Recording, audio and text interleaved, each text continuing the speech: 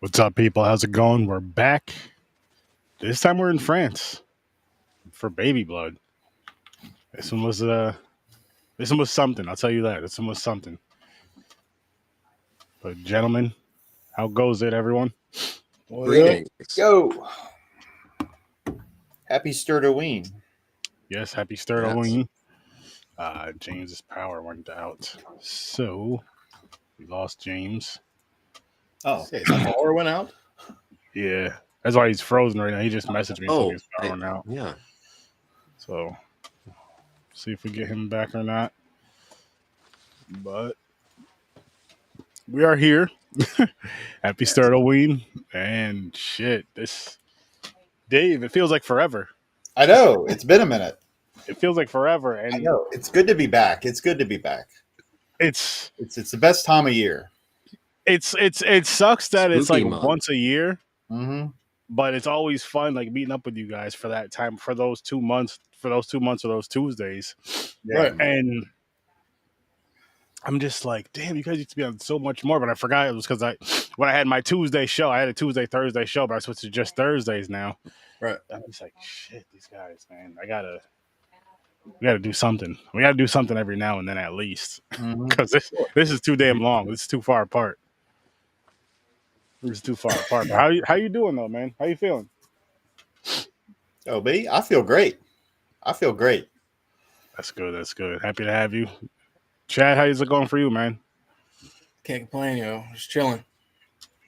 Another How about day. you? Another day. How about you, Trevor? Things are going pretty well. My dad's getting along really great with the new knee. Yeah, things are great. I still have a couple things that are in the process of being worked on, and we will see soon. So hopefully I can, I think you said you were going to kick my ass if I didn't do anything by 2026. So the clock's going there. So Hey, Wow, man. bitch. Hey, I get it. 2025 is almost gone, man. hey, it's a thing. It's crazy. It's flying. It's freaking flying. How you doing, Sturdy? I'm good, man. I'm good. I'm chilling. Kind of just took the day off, took an easy day, just chilled with the wife for today, and feel kind of refreshed. And I'm not gonna lie to you guys, I damn near forgot I had a show, and I was just like, because I was so relaxed, I'm like, man, I want to do the show, but I'm so fucking relaxed right now. And I was let me get moving. If I don't get moving now, it was one of those things like if I don't get moving in the next 10 minutes, I'm like, yo, guys, I'm pushing the show. I'm canceling tonight. I'm relaxed. I know the feeling because, like, I'm off on Tuesdays, so I'll just be sitting around doing nothing all day, and then we go one at 10, so it's even longer. Yeah, and those days where you're just like completely doing nothing or doing whatever, but you're so relaxed, and then you're just like, all right, man, I gotta. And it's doing something you enjoy doing. It's not like you have to get up and go to work. Right. That's an easy decision. It's like so where you have the option, people, to where you can take the time off and the required amount of time. Okay. Mental health time. Yes. Mental Perfect. health day. Oh, mental health day. I mean, I use that term. Yeah, we could say that. We could call it mental health day.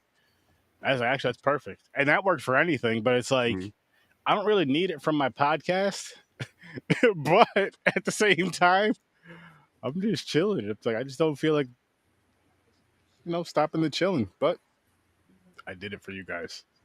Thank you. Did it for you all out there too.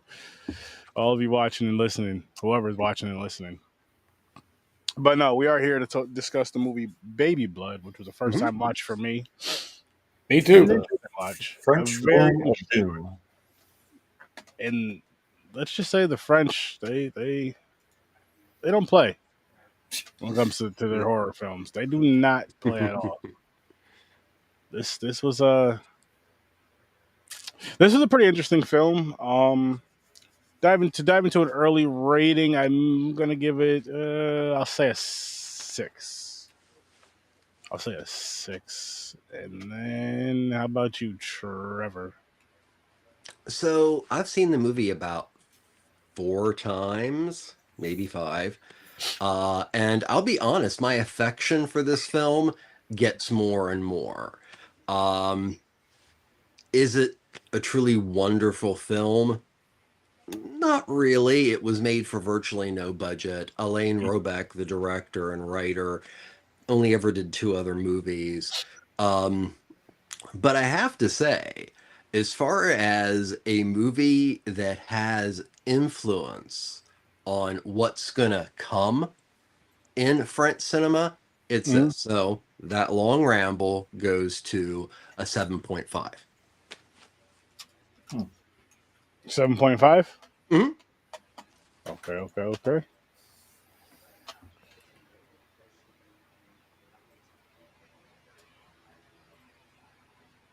And then how about you, Dave? I'll go 6 out of 10. 6? Mm-hmm. How about you, Chad? I'm with you. 6. 3 6s. Uh-oh. Number of the Beast. I think it's That sounds a like a fun He-Man commercial. I think it's like a fun little buddy Number film. of the Beast. Mattel. Mattel. Oh, A man. Parker Brothers company. So, I'd like to see those toys. Yeah. okay, sorry, but not to go off on a tangent, but 1980s Chris. movie toys. And I think you know what I'm talking about. Did you know that there was a game that was released around the Alligator film called Alligator Hard R Film, in which you would try to get things into the alligator's mouth without it collapsing? That's the 80s in toys. So you had films like that Yeah. that automatically got toys. Mm-hmm. So sorry for the offshoot, but that's a special time of really weird, messed up marketing. So It really, like, looking back at it, and I talk about this quite often with my wife and with others around like our age range or a little older, and I'm like, listen, we watched a lot of weird shit growing up, just like a lot of just weird cartoons and just all these weird ass scenario things, and it was just like everybody watched it, and it was so normal for us to watch. But looking back at it, you're like, yo. Well, RoboCop had a cartoon, a toy line, Nightmare on Elm Street.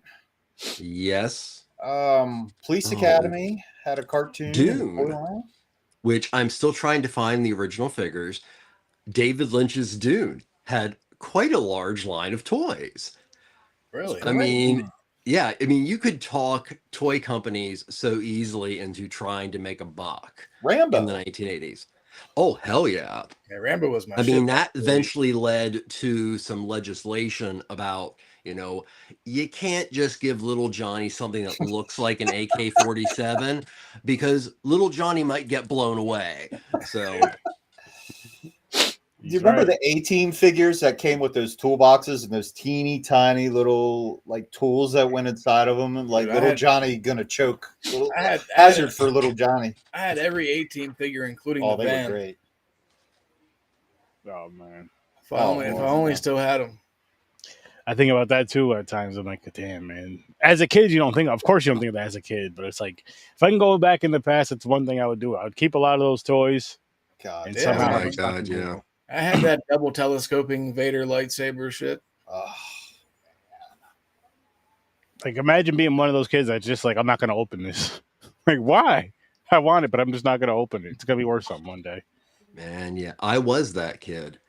I was that kid that didn't say, I'm going to keep in boxes. No, from day one, I was a collector, and I was an only child, and I was very spoiled, and we went to movies all the time, and I loved movies so much that I really wanted to be able to go beyond the idea in my mind and continue that movie, and well, that was encouraged a lot more than probably it should have been, but I used all those things like crazy, but I literally had the first figures that came out into the market, the very first run, I actually had those. My dad was working at a grocery store at the time when they used to do that kind of stuff, like sell that stuff. And of course, I opened them. But to think back, like, oh, wow, I literally was holding something that could have helped send one of my kids to college. Yeah. It's kind of a strange feeling. Yeah. Send one of your kids to college, send you into retirement. Yeah. Send you on an island with a bunch of, I can't say it. I'm still trying to figure out what I'm going to do when I grow up, so I don't think retirement's a thing. I mean, if finances wasn't an issue, then retirement would be a hell of a lot easier. And growing up, you could just like forget it. I'll hire a nanny to raise me if that's the case. Like, listen, I have to be up at this time. I have to go here at this time. That's it. As your nanny reference remind me of the fact that, you know, the blood and baby blood and everything. And I just want kind of to get some opinions on, like, you know, what about this movie did and just didn't stand out for you? I'll say for me, well, I'm gonna be honest. So where I watched this movie, there was 0 subtitles. So Okay. I literally had 0 idea what the hell was going on. Like, it's one thing if you have a movie, you're like, you could know what's going on. You know, you could hear the audio, either understand the language or read the subtitles. You can kind of read, and you're still kind of lost. But no, I was completely lost. So the conversations between them and yeah, because I'm like, for certain things, I'm just like, damn, this chick is. So wild. you just got the visceral. Yep, and then I'm seeing her, I'm which like, yo, is still Bam. Yes. But once you add this, it's really a comedy when it really gets down to it. It is actually, you know, quite influenced by a lot of the splat stick that was coming out at the time, the Evil Dead 2, the stuff that Peter Jackson was doing, like Dead Alive. Definitely Elaine Robeck, who was the director and writer, hardcore gore hound, loved horror movies. Yeah, this is a movie that you can honestly watch with or without dialogue, and it's just goes, and it's so in your face. Oh, and yeah, and it's very much so. This was 1990 or 1991. I think it was 1990. Yeah. So 90. At the same time, okay. So what's going on in French cinema at this point? Films from France. So horror was not a thing. I mean, French horror, like, you know, early French horror and things of that nature, very much a thing. But as far as getting full French backing, you had films like Cyrano de Bergerac with Gerard Depardieu. So you had a prestige style. And then you had like La Femme Nikita, which was very popular at the time, the French action film by Luc Cringy Benson. So horror was not a thing. Even if you go back to 81 with a film that's very much like this called The Possession, it was a co-pro, so it was Germany and France. But I like to take that as kind of a starting point to French extreme is Possession, because Possession, Isabella Attaggiani, Sam Neill, Andrzej Zawalski was a director, is very much like this film. It is about a woman who is somehow connected and seduced by an alien, and then has a birth for the alien, but also becomes emotionally connected with this alien, who is kind of a Cthulhu-esque kind of bizarre sea creature. And this Possession from 81 is, I mean, that's a Rolls Royce of a horror film. But this film, very, very much influenced. And I think this film and a short film by Gaspar Noé, Carne, eventually opened the floodgates for what was called French extreme cinema. which really didn't start showing up until about 89. But Alan Robeck's Baby Blood is one of the early examples. And why he made it, literally, he said there was nobody making horror films just in France. And that's how he made this. It was a labor of love. I mean, some of this was being written as it was being, the carnival scenes, which are very,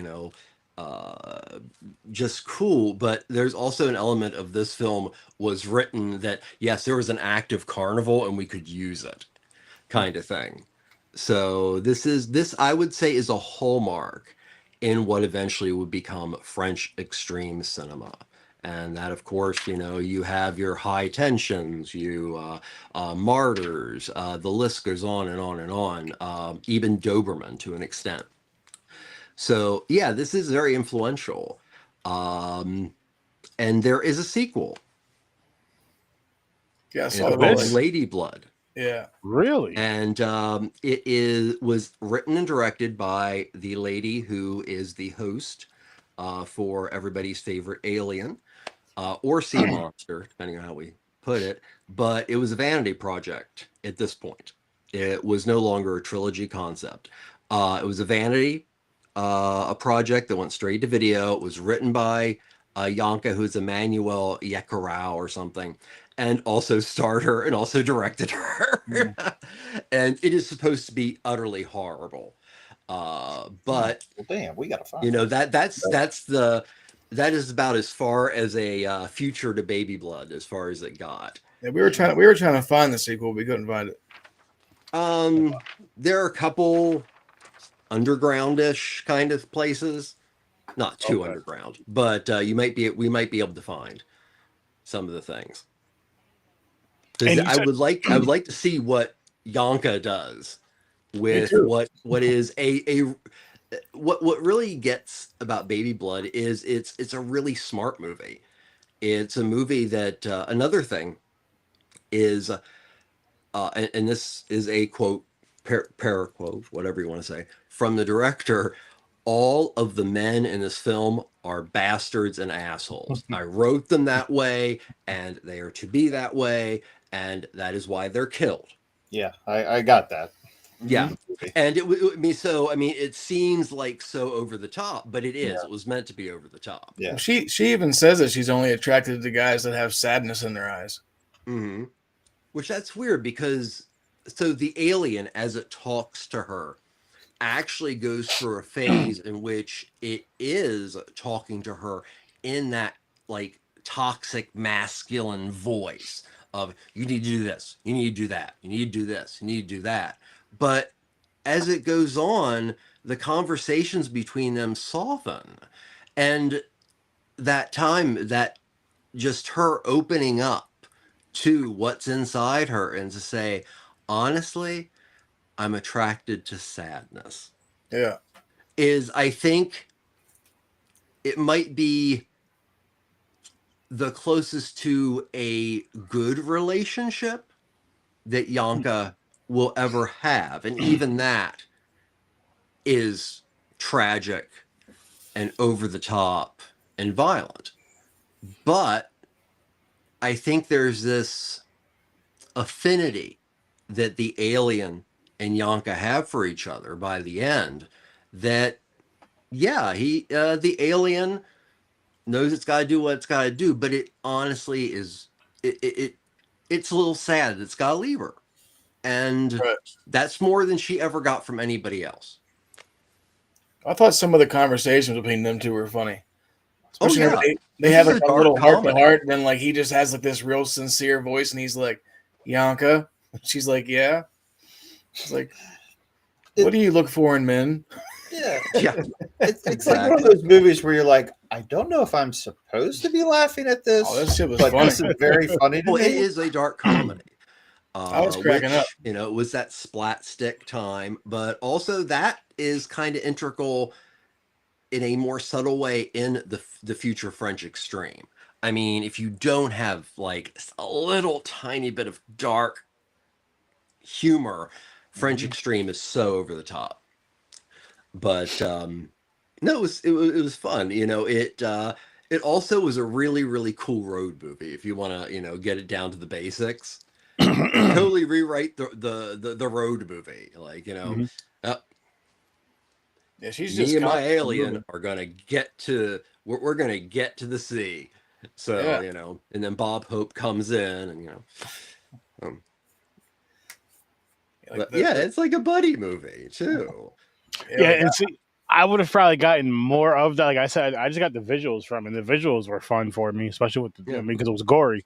But if I would have gotten the subtitles, so I could have got the story and understood the story more. I wish those laughs you guys talk about, I would have definitely been getting those. I'm like, oh shit, because I'm like, what the hell is funny about this? you gotta find a subtitled version on this one and rewatch it. That shit's funny. It's funny. I watched it twice today because funny, I and watched it's it meant this to be morning and then I watched it surreal. with Dave. Yeah. But that shit had me cracking up. But you mentioned Martyrs earlier, Trevor. That was a crazy freaking movie. Oh, That beautiful, was a beautiful. crazy movie. Was good seeing snobs. What's good, Johnny? Which I wanted to do a shout out to Mick of Scene Snobs. Really awesome review of Baby Blood is up on his stuff, and it was a really awesome, concise one. Nice. I'll have to check that So out. definitely, I recommend if you like what we're talking about here and want to know more, or really go down that really cool rabbit hole of gore, which is French cinema from about 90 to 2015. Take that road and then jump on over and check out Scene Snobs review. There you go. He's right. Right after this, go right on over there and check out the Scene Snobs. Because they got, they know what they're talking about over there too. And then at 10 o'clock, you gotta go check out the video Store Clerks. Which actually was one of your picks, sir, which is awesome. Yeah, and so again, like he asked me to pick some for his classic film reviews and then some for his Does It Suck? And everything I picked was from the 90s, like from the same era. It was ended from being like 95 and back. And then like I just Googled some random movies. I used this criteria and then just Googled some movies that most of my the majority of mine is list I've never seen. Oh, it's been what I've been really enjoying it so far. You got some cool stuff up there. Awesome. But it's fun. It's fun. It was fun to do that. It was fun to throw that together. But yeah, with again with this, I just had visuals to go off of, and I'm thinking of the part. I mean, the movie cover where you see the arms coming out of her stomach. And I'm just like, what the fuck is going on?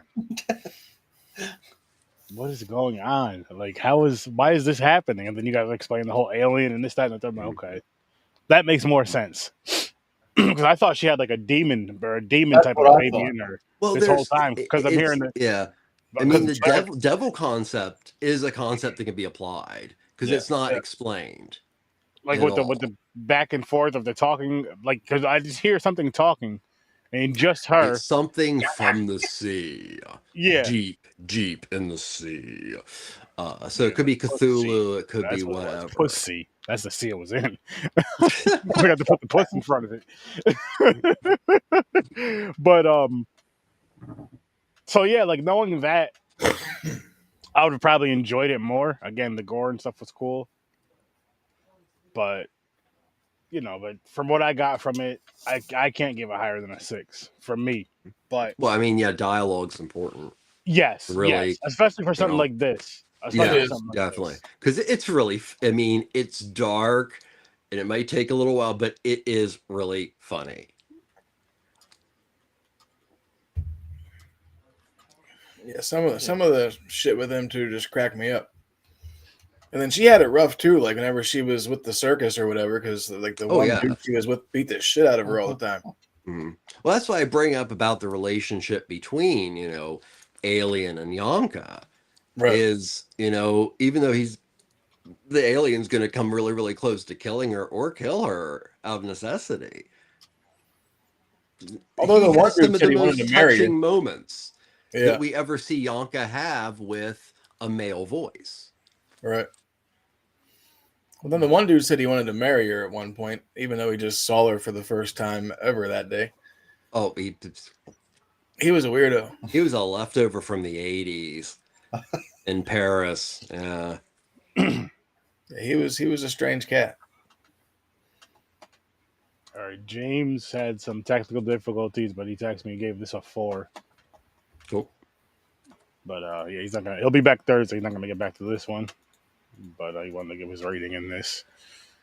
See, if I would have only watched it once, I would have probably gave it like a 4.5 or a 5. But since I watched it twice today, like it's definitely 6-ish. Yeah, it gets better as you watch it. Yeah, it's pretty funny. Yeah, it's like the more you understand it, because the first time you watch it, if you go in blind or without any dialogue, you're like, what the fuck am I watching? That's exactly what it was. And then like Evil Dead 2, it's like, oh, okay, so this is the French version of our kind of humor. Yeah. I get it even had that 80s blood. I call it the 80s blood. I don't know what it is. It's that red. It's that, I don't know. I don't know how to explain it. Yeah, it looks like almost paint. I don't know how to bright describe paint. it, but that goes with a 5. Like a bright paint. Yeah. And the fact that she's just covered in blood and nobody ever says nobody shit ever asked. She's just fucking getting on this bus, and they're like, "Yeah, just don't wake up the horny bastards in the back, because odds are you're gonna get fucked with." And then nobody, like they're all trying to like kiss her and shit, but yet she's got blood all over her fucking face. I was just like, "Is this how things work? Is everybody all Pepe Le Pew and they just like accost any young woman they see?" Pepe Le Pew. That was, oh my. Speaking of, we were just talking about wild shit we've seen back in the day. That was nuts. Pepe Le Pew was nuts. Oh yeah. Oh yeah, we can't. Yeah, we can't. Can't do that anymore. No. The bus seems great. Well, because Dave Chappelle did that on one of his stand-ups years ago. I think it was Killing Him Softly. He was he's like, what kind of R word is this guy? I don't think YouTube likes that word, so I won't say it. Appreciate it. We all know what he's saying. We all know what he means. Yep. Now that shit was pretty fucking funny, yo. And then whenever like they go out to eat dinner, he's like slamming oysters and she's just downing this bottle of wine. Yeah, she's just like walking in the street laughing hysterically. And then like it's almost like every time you watch it, it gives you a little bit more of a leeway to laugh at it. Yeah. Because it's actually generally funny, especially when you go like, maybe like a year or like, 6 months without seeing it. And then you're like, oh, that's actually funny too. So, it's, yeah. And then like whenever like the little alien or whatever's inside of her talking and he's like, I'm starting to feel a little fuzzy or something like that. All because he's getting drunk. I'm starting to feel a little fuzzy. I'm like, what the fuck's going on? Most of the time I thought it was a demon. I think that there was some point when she looks up in the sky at the stars that I think it like occurred to me that like it's an alien or something like that. Well, the only thing that's really said is it comes from deep, deep in the ocean where it has stayed alive. But beyond that, we're just going to let that in your mind. Is it from space? Is it from the core of the earth? Is it some whatever? And that's the way it should be. Don't tell us what it is. Let us discuss it. Yeah, let's talk about it. It's crazy because it's like a fetus, then it's a baby, and then it turns into a fucking giant shrimp. Okay, talk about it. It does. It's like a crustacean from hell. But talk about things that actually are grotesque, yet they also just push the line so much. It's such dark humor. Is whenever they go toward the van and the door opens and you see baby husk. You're like, just they went there. Oh my god! It's actually because when she first had the baby and it was like this cute, normal looking baby, at first I was like, well, that's disappointing. That's not what I expected at all.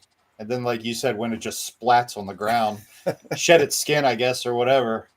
I was like, oh. Well, I mean, I knew it was going to be something different, but I was very, as a gorehound, impressed when the husk of child comes out. Yeah. Like, whoa.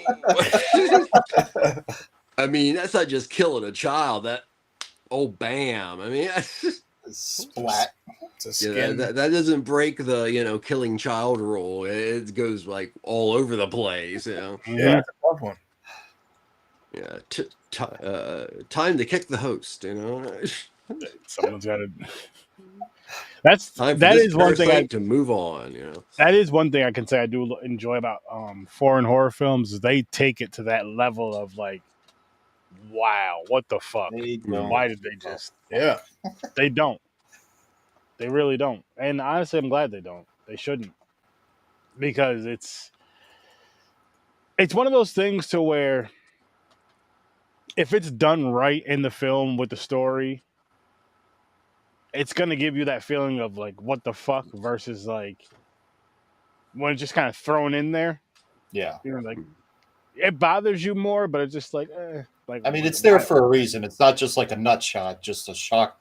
Exactly. It's not. Yeah, exactly. It's not for shocking. It's there to tell the story, to bring the story to that level of like, yo, listen, when we tell stories, we're going to tell you a fucking story, and not everything's going to be happy. Yeah, it's like anybody can just throw a bunch of gross stuff out there. Or anybody can just go up on stage and okay, what's all the things that offend people, and I'll just go down the line and say every single one of them. Anybody can do that, but if it's there for a purpose, it means more. Oh hell yeah! And telling the story and all. Oh my goodness, it's what makes it work. Well, a good example, in my opinion, of in 90s is really important for this. Like good gore. Like, to me, gore is important within the confines of a film if it actually... Okay, Reservoir Dogs. You truly feel for Tim Roth's character as he slowly dies. You also feel as much as you can feel for the guy getting his ear cut off by Mr. Madsen. That was an element of cruelty that people could relate to much more than in the past.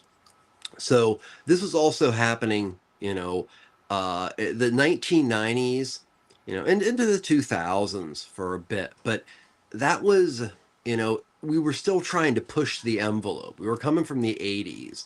And we left the 80s. It was less conservative. You didn't have to. And, movies were trying something different. And you did have a lot more violence. And you did have a lot more, like, over-the-top films that, and a whole indie revolution. And I think that's an era of very special cinema. And, I don't... Yeah, I don't know if I necessarily see... that many people trying to push the envelope now. That's kind of a shame because, it's there's always room for it. Yeah. Everybody's scared to take the jump. Now pushing will get you canceled. Oh, also another movie this movie reminded me of was David Cronenberg's Shivers. I've never seen it. And if you've seen Shivers, it's these little worm creatures, and there's even a scene, but it definitely, Baby Blood owes a big debt to the body horror of David Cronenberg, especially the film Shivers. Interesting. I'll check that one out. Now that's I don't think it's any Cronenberg I would say not check out. I got a bunch of crazy movies on my to watch list. Fast Company. That's the one David Cronenberg I cannot suggest. It's his race car movie. It was his second film. So I lied. I think my rating's going up. My rating's probably going to change. It's one of those movies that when you're talking about with your friends you're like, oh, I didn't see it that way before. Okay. Mhm. That's what I'm saying. Yeah, there's a lot of layers of cool stuff going on here. I enjoyed it much more the second time around watching it with Dave than just watching it by myself this morning. It's kind of sad that Elaine Robeck, who's the director and writer, really didn't go on to do much more. He did one other film called Parano, which is a surrealist horror film that I can't find. But mostly he just made shorts, many of them in the horror vein. But no, this was a movie that did not get a lot of distribution. And what little it did was, I believe it might have been Miramax, but it came out on VHS and then it came out on DVD. And that was the first time I saw that on the market, which I think was a Anchor Bay VHS. So this is a movie that didn't get seen a lot, but there had always been a little bit of folklore about, this really crazy, dark, insane film. So collectors have been looking for it for a while. But besides that, it really didn't, it wasn't sold overseas much at all.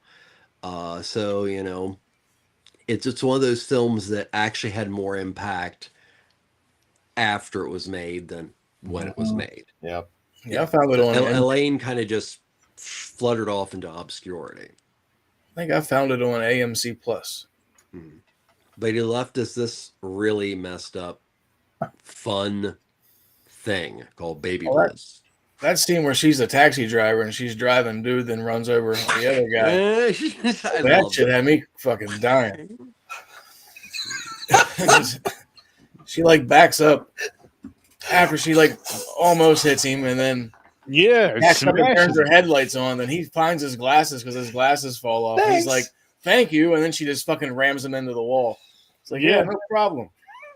I'm like, wow. Yeah, I'm just like, yo, this lady is violent as shit. Like, I would hate to be on her back. I would hate to just cross paths with her. I'd be terrified. Like, yo. You got to watch this shit with some kind of subtitles or something, because this shit's fucking funny. Or learn the language, whatever's easier. Fuck all that. Probably I failed French class. That's why I started taking Spanish. Comme si, comme ça. Need some headphones that just play it in English for me. I hear it in English, but it's in French. Just do the AMC Plus app. It's on there. I got all kinds of. Oh, it was on AMC Plus? Yeah. Oh shit.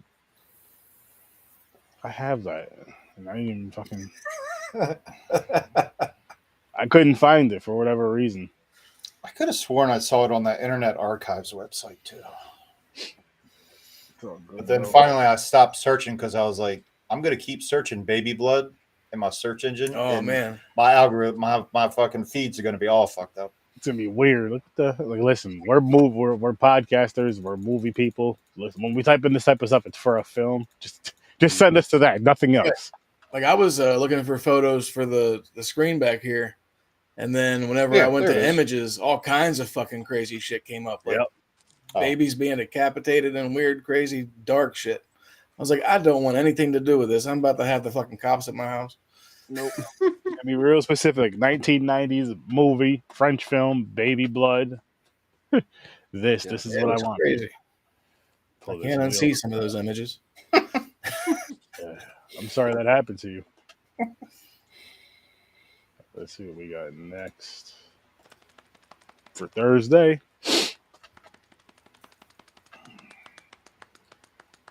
It's cruising.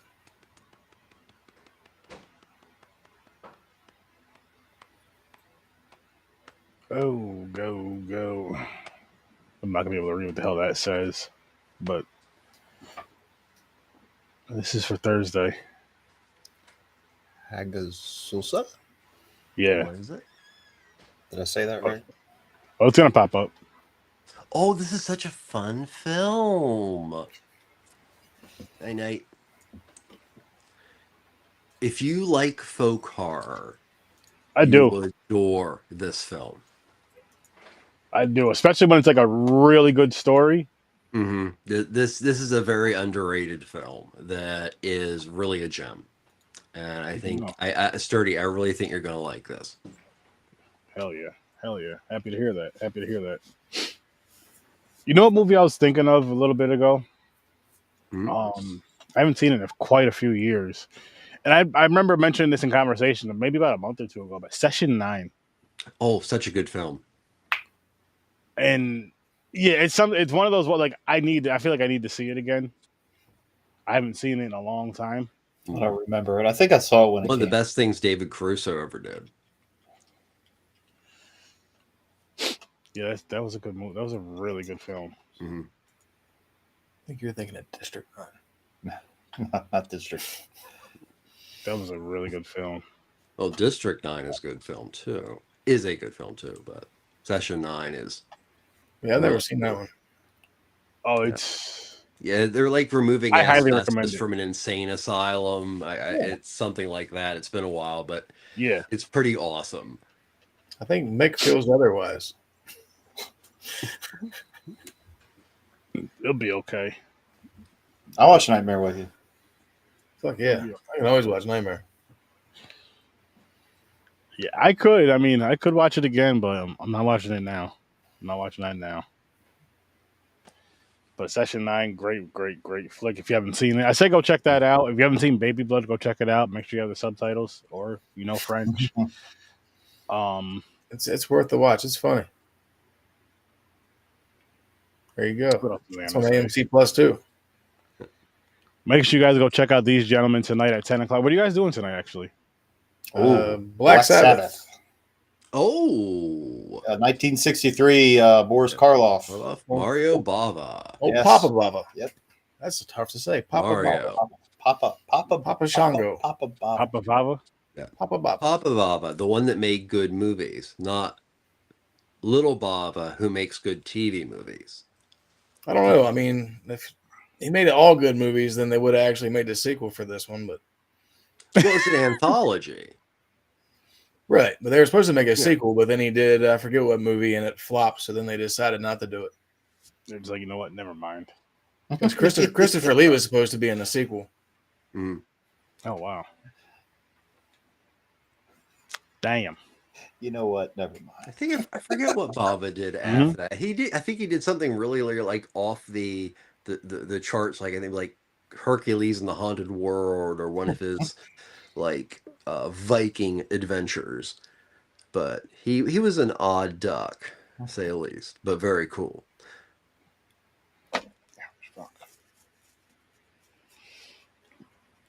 Oh, man. I think we can wrap this one up, gentlemen.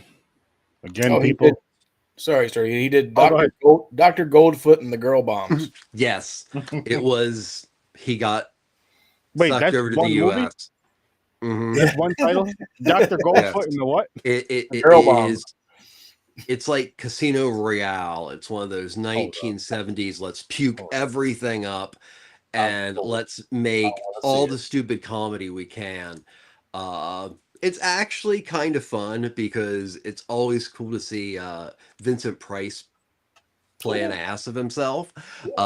So, I won't say that is, it's probably the lower era of Bava.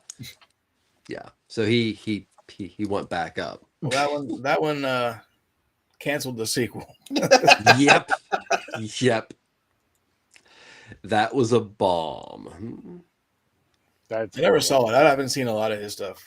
I think Black Sabbath and Black Sunday is about it. Blood and Black Lace is a must-see for anybody who likes slasher films. It is the quintessential giallo. Oh, it's so bad. There you go. But it does have that 70s charm. Thermonuclear navels. This is wild. Dr. Goldfoot and the Bomb Girls. Yeah. I feel like I have to see this movie. I don't know why. Right? I want to see it.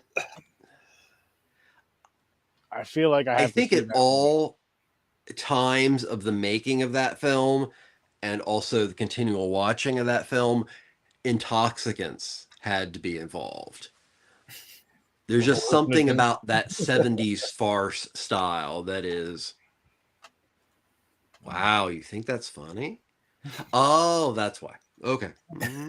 Oh, yeah, there was definitely some intoxication tomorrow. Yeah. We're at the Let's make an hour-and-a-half movie of all in jokes. You know, because that title is Mm. that title is wild. That's true.